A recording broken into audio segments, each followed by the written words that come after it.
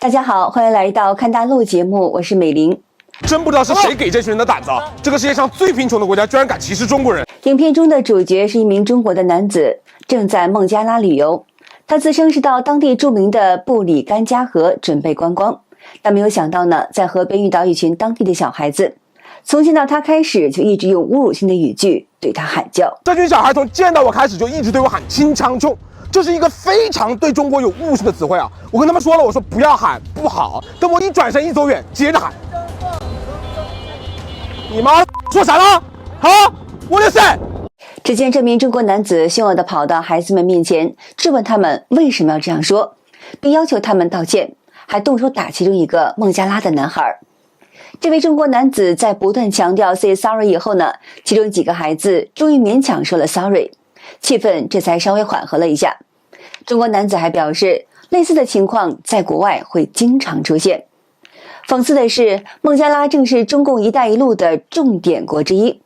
中共持续向这个国家倾注巨额资金与资源，大撒币式的搞投资、搞基建、修港口、铺铁路，企图通过经济输血换取所谓的战略伙伴地位。但现实却是，中国人到了当地却依然被区别对待，地位低微，得不到任何应有的尊重。钱花出去了，换来的却不是友谊，而是冷眼。中国人在国外被区别对待的例子呢还有很多。我刚到新加坡机场，这是我人生第一次被关小黑屋，就是刚刚出境的时候呢，然后那个扫完护照之后，那个闸机不开门，然后当时就把我叫到一个小黑屋，小黑屋里有4个人，3男1女，都是中国人。然后我问一下这情况怎么回事，他们说他们4个人要被遣返，因为没买回程机票。然后问我买没买，我说我不从新加坡走，没有在新加坡买回中国的机票。他说那你应该跟我们一样。我当时瞬间崩溃了。有网友分享说呢，他是从马来西亚飞来新加坡准备回国的，结果在入境时被2名警官拦下盘问，对方要求他出示回程的机票，并在电脑中核实信息，确认他确实购买了回程的机票以后呢，才允许放行。整件事让他崩溃不已，刚坐了将近7个小时的飞机，差点要被原路遣返，钱是小，关键是腰都要断了。还有呢，在早期的时候，一段中国人在意大利机场入境时遭遇长时间滞留的事件呢，也引发了外界的关注。据多段在社交平台热传的影片显示呢，当时中国旅客被要求一本一本的仔细查验护照，而来自于台湾、日本、韩国以及欧美国家的旅客呢，却能够迅速通关，差距十分明显。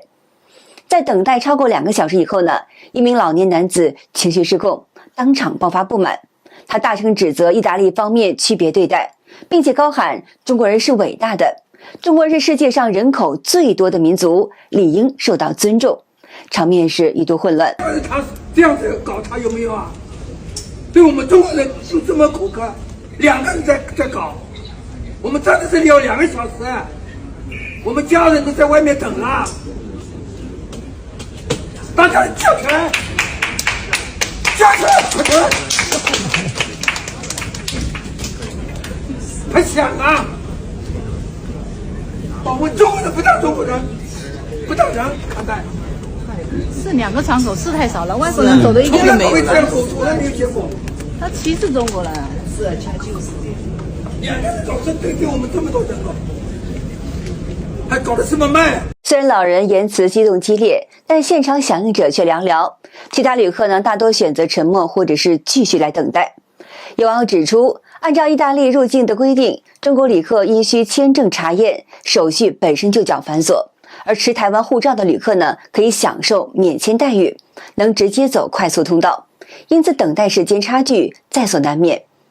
还有一位中国的老粉红跑到蒙古国拍视频，竟在街头举起5星红旗，并且高喊蒙古是中国固有领土，结果呢，被当地人一顿痛打。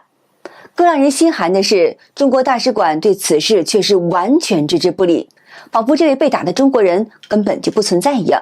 因为我是去蒙古国旅游嘛，后来打掉了7颗门牙。我希望中国大使馆、中国国家在国际上很强大、很强硬吧。我这个为啥打掉7颗门牙这个事情，我跟大家反映一下，说一下，因为就是在蒙古国，因为有好多的中国人去嘛，出国录很多的视频，愿意录视频嘛，就是简单的录个视频，完了有一个女的找了很多的蒙古国的黑社会，包括之后打完以后，找了咱们中国大使馆，还有包括报警，报警完了，因为这个蒙语不通，完了后来我来找的中国大使馆，中国大使馆告诉我，哎，谁让你来的蒙古国？谁让你来到这个国家的？别听网上说，哎呀，蒙古国多么好，哎，出国有多么好旅游。有网友评论说，中共对外一边是高喊友谊万岁，一边不断的撒钱讨好别国，但真正身处异乡的中国人却是频频成为了被嫌弃、被欺负，甚至是被殴打的对象。而且呢，中国人的行为确实令人匪夷所思。之前在意大利米兰马尔彭萨机场，就上演离谱的一幕：一名中国大妈因手提行李超重被拒绝登机，不愿补交费用，也不肯托运，竟然当场大闹，令现场地勤警卫以及各国旅客呢都是目瞪口呆的。地勤人员多次耐心的解释，但他情绪是越来越激动，坚持要免费带上所有的行李，并且呢拒绝遵守规定。随后呢，他突然间崩溃，大喊大叫，甚至直接瘫倒在地，哭喊着让我走，让我走，用手脚捶地打滚，场面一度失控。机场警卫随即赶到，试图安抚他的情绪，但是效果不佳。围观旅客是越来越多，纷纷拿出手机来拍摄，大妈夸张动作引起外国旅客侧目，有人甚至忍不住发笑。警方与地勤最后决定将他从航班名单中撤下，等其冷静后再另行改签。那么与此同时呢，类似的场景也在俄罗斯上演。兄弟们，就咱们国人的素质啊，确实有个别的走出国门了，真的有待提高。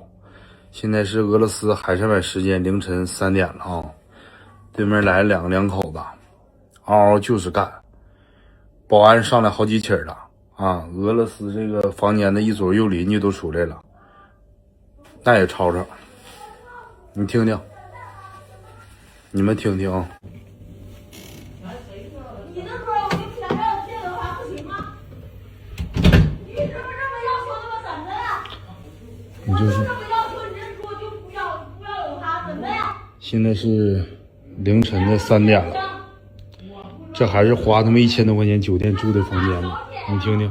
怎么你就这么喜欢他呀？现在就把一个生都预判到了呗？你现在是不是预判到了？网友打趣地说，花钱住个酒店，在异国他乡半夜被闹被吵醒，竟然不是俄罗斯人在吵闹，而是咱们自己祖国的同胞。这楼道全是那俩人的声音，简直是震天响。哎，真服了，咱们国人的素质有时候真是让人无语，关门都能听见那动静。网友说，听见左邻右舍都被惊动了，应该是把保安喊上来了。保安上去敲门，那俩中国人就是一声不吭，明明是在吵架，那么大声也不出来跟服务员解释一句，赔个礼道个歉，说句不好意思，就是不开门，话也不说，整层楼都在听他们折腾。网友气愤地说，这让外国人看见听见，才对中国人印象多差呀。刚才我听见旁边一个邻居问保安，这房间里的是哪国人的？保安犹豫了一下说，要么是朝鲜的，要么就是中国人。我赶紧开口解释，不是我们中国人，我听不懂他们说的。其实呢，说实话，中国人有时候真得反思一下，为什么俄罗斯迟迟不给中国人免签，素质真的太差了。类似的尴尬不只出现在俄罗斯，日本的情况也是更为严峻。据传呢，目前还有约2万名尚未拿到经营管理签证的中国申请者，可能将面临劝退或被拒签的风险。与此同时，社交媒体上关于华人在日本遭遇签证审查趋严、移民政策收紧的讨论愈发热烈了。最近网上都在说，京管签出新政策了，大概10月中旬就正式实施。这次新政把门槛抬得很高，资本金直接翻了6番。就算你已经拿到签证，续签时也得按新要求重新交材料，像公司雇人的证明、注册资金证明这些，不少人估计会卡在这儿。其实很多人办这个签证都是为了孩子上学、自己养老还有医疗福利，但要知道，拿到签证只是第一步，不是一劳永逸的。普通老百姓想去日本都很难。想给我老妈办一个去日本旅游的签证，太难了。我老妈57岁，普通农民，本来是用我的资料、财力、居住证给她做担保办签证，资料都上交了，但是因为我那个3年签证，去年办的，我一次都没有去过，就不可以做担保。上海办不了，因为我们是湖南的嘛，湖南的话只能送北京签，然后刚开始看材料只要一个存款证明嘛，10W 的存款证明，那我想着在上海给他办一个卡，然后把钱存进去就行了呗。没想到上海这边的存款证明都会有盖一个章，都是显示上海这边的，所以北京的领馆是不承认的，也不收，没办法，办不了啊，2次都不行，算了吧，只能等待明年给他办了。普通老百姓办签证有多难呀？发达国家不是想吃就能吃的。还有网友解释一下，为什么中国人在外国不受欢迎？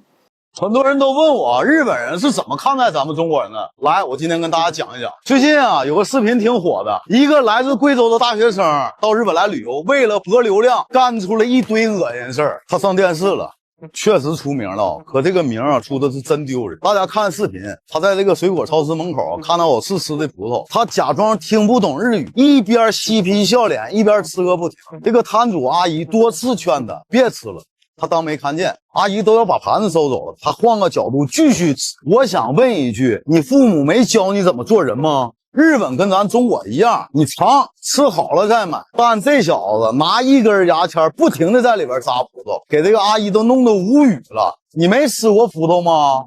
博主表示，因为中国大学生在日本便利店里骂女店员八嘎呀路，在酒店不订房躺沙发过夜，在餐厅不点餐蹭网友喝茶，甚至跑到公共厕所洗头，在电车上躺着大喊爱国。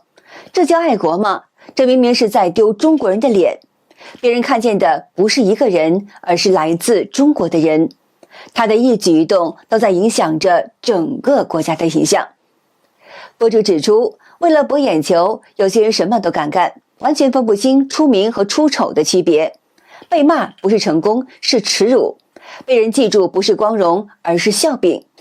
这样的行为不只是败坏自己，更可能害得真正努力生活、学习、工作的中国人受到排挤。您别忘了，现在日本已经在收紧对中国人的签证政策。如果再有类似事件出现，可能以后想来日本留学、旅游、做生意都会越来越难的。博主还说呢，前人砍树，后人暴晒。幸好中国大学生的这条视频虽然播放量破100万，但点赞却只有2000。评论区里一边倒的在骂他，这说明大多数中国人都已经觉醒了。我们知道什么是礼貌，什么是体面。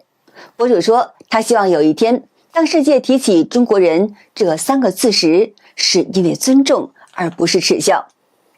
据悉，2025年的东京成了越来越多中国人润日族落脚点。润取自于英文的 rain， 意指润出去、逃离、出走，寻找新的生活方式。而润日则专指那些选择来到日本重启人生的中产阶层。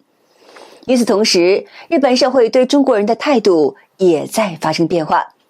日本目前约有100万中国公民长期或短期居住与活动，这一现实呢，在安全讨论中引发了新的关注。假如在紧急事态下，中共启动国防动员法，是否存在着通过居住在日本的人员从内部对日本实施破坏或情报行动的可能？有批评者指出，中共的国防动员法对不配合者可能采取包括资产冻结、刑事追诉以及对家属施压等强制的手段。在这种高压之下，一部分人可能会被迫服从，从而带来实际安全隐患。那么与此同时呢，政府层面的应对与沟通显得格外的重要。针对这一担忧，外界质问政府应加强风险评估，并且明确政策方向。但日本外交大臣在相关质询中并未做出具体回应。另外呢，英国金融时报驻东京支局长路易斯近期采访了20多位在东京生活的中国人，从他们的故事当中勾勒出一幅复杂的时代画卷。有人在异国重获自由，也有人在逃离同胞的阴影。报道中，曹女士是一个典型的例子。她曾是中国大型企业的高管，1年半前带孩子搬到东京文京区，当时小区里只有3户中国家庭，如今已经增加到了11户。曹女士说：“我真的是很喜欢东京，但最近走在街上，我会刻意的绕开中国人多的巷子。”她笑着解释，自己原本是为了远离攀比与内卷才离开中国的，却没有想到那种熟悉的氛围又在东京重新出现了。如今呢，她计划再一次搬家，寻找一个中国人更少的社区。日本社会内部对这股移民潮也充满了复杂的情绪。社交平台 X 上流传的一门热门的贴文写道：“日本正被中国人所占领，外国买房者中有70%是中国人。走在街上，没几步就能遇到一个同胞，他们不是游客，而是来定居的。”这类言论虽然带着夸张的语气，但却反映出了日本舆论对中国移民激增的焦虑与警觉。许多早期定居日本的中国人都坦言，面对这波新的润日潮，他们心中充满了矛盾。一方面理解同胞想逃离的焦虑，而另一方面又担心密集的中国社区会打破东京原有的安静的节奏，甚至引起日本社会的反感与戒备。好的，今天就和大家聊到这儿了，请您记得点赞、订阅、留言，并且分享给您的朋友们。感谢您的支持，我是美玲，我们下期节目再见。